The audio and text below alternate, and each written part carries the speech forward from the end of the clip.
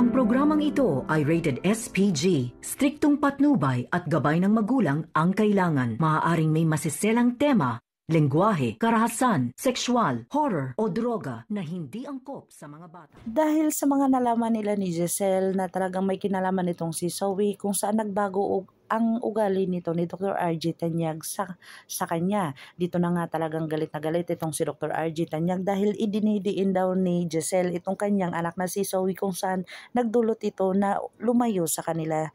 O talagang ang feeling ni Dr. RJ Tanyag ay lumalayo si Zoe dahil sa kanilang mga binibintang.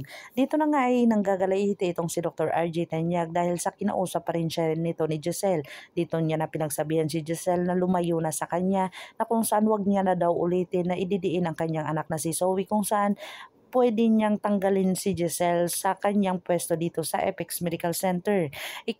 Dahil sa kanilang pag-uusap ay napalayas niya itong si Giselle sa kanyang harapan kung saan talagang narinig ni Dr. Ray Meneses ang lahat ng kanyang mga sinasabi. Dito na pinagsabihan ni Dr. Ray Meneses ang kanyang kaibigang si Dr. RJ Tanyag at talagang wag magdesisyon ng padalos-dalos dahil nasa kalagitnaan pa sila ng maraming pagsubok, lalong-lalo na ngayon na kailangan pa sila ni Dr.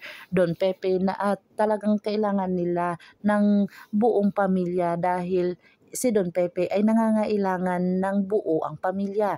Dito na nga ay talagang naniwala itong si Dr. RJ Tanyag dito kay Dr. Ray Meneses at talagang porsigido itong paring si Giselle na malaman ang katotohanan kung talagang may kinalaman ba itong si Zoe sa lahat ng mga pangyayari lalong-lalo na ngayon na nakitaan siya ng tunay na ebidensya. Talagang dinamaya ni Dr. Lindon itong si Dr. Annalyn Santos at talagang nakita niya ito na antok pa at wala pang tulog. Dito na talaga ay binigyan niya ng una at sinabi pa dito ni Annalyn na ang sweet daw ni Dr. Lindon sa kanya kung saan ikinagulat dito ng lahat. Dito na nga ay binantayan siya ni Dr. Lindon habang natutulog siya dito. Inlock siya ng kape ni Dr. Lindon kung saan ayaw niya daw at talagang umalis si Annalyn saglit at talagang pagbalik ni Annalyn ay wala na doon si Dr. Lindon. Dito na nga nagulat siya sa isang babae na lumapit sa kanya at sinabi ang tungkol sa kanyang mga profile. Dito na sinabi ng isang babae na dahil daw kay Don Pepe ay talagang nakilala niya itong si Annalyn at talagang nasa na daw itong kanyang kapatid na si Zoe ang demonyetang ugali. Dito na nga sinabi ni Annalyn na wag daw nilang pag-usapan itong si Zoe, baka umiba na naman ang ugali at marinig sila ni Zoe ay talagang iba na naman ang kahihinatnan ng kanyang mga ginagawa. Dito na talagang prosigido itong babae na talagang malaman ang buong katotohanan. Dito na nga itinanong ni Annalyn kung ano ang pangalan ng isang babae kung saan iniwanan na siya bigla-bigla agad-agad. Agad naman itong lumapit si Chang Susan sa kanya at talagang tinanong ito. Pinagsabihan niya dito na maganda daw yung isang babae na kung saan hindi nga ito nagpakilala sa kanya.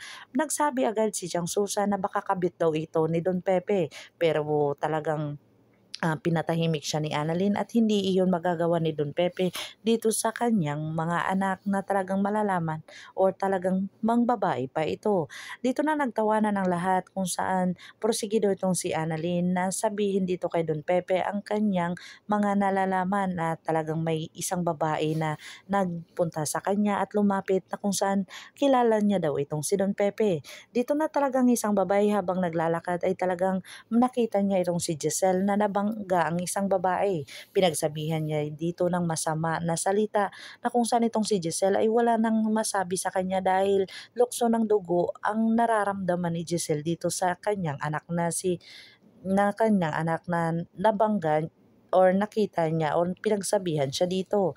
Dito na nga si Moira ay pumasok dito sa Apex Medical Center kung saan hinarang ito ni Giselle at bawal nga itong pumasok itong si Moira kahit magdadala pa siya ng pagkain ng kanyang anak.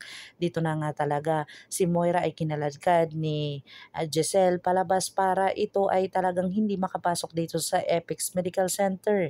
Dito na nga kaya malaman ni Giselle ang buong katotohanan kaya pala busy itong si Don Pepe doon sa US dahil talagang hinanap ni Don Pepe ang kanyang tunay na anak. Ito ba kaya ang dahilan ni Don Pepe na bumili ng share dito sa Epix Medical Center upang ito ay ibigay sa kanyang apo na anak ni Giselle? Pakakabangan natin ang mga susunod pa na episode na ito. Ngabot kamay na pangarap. If you like my story, please like, share, and subscribe para ma-update po kayo sa mga susunod pa. Yun lamang po at maraming salamat.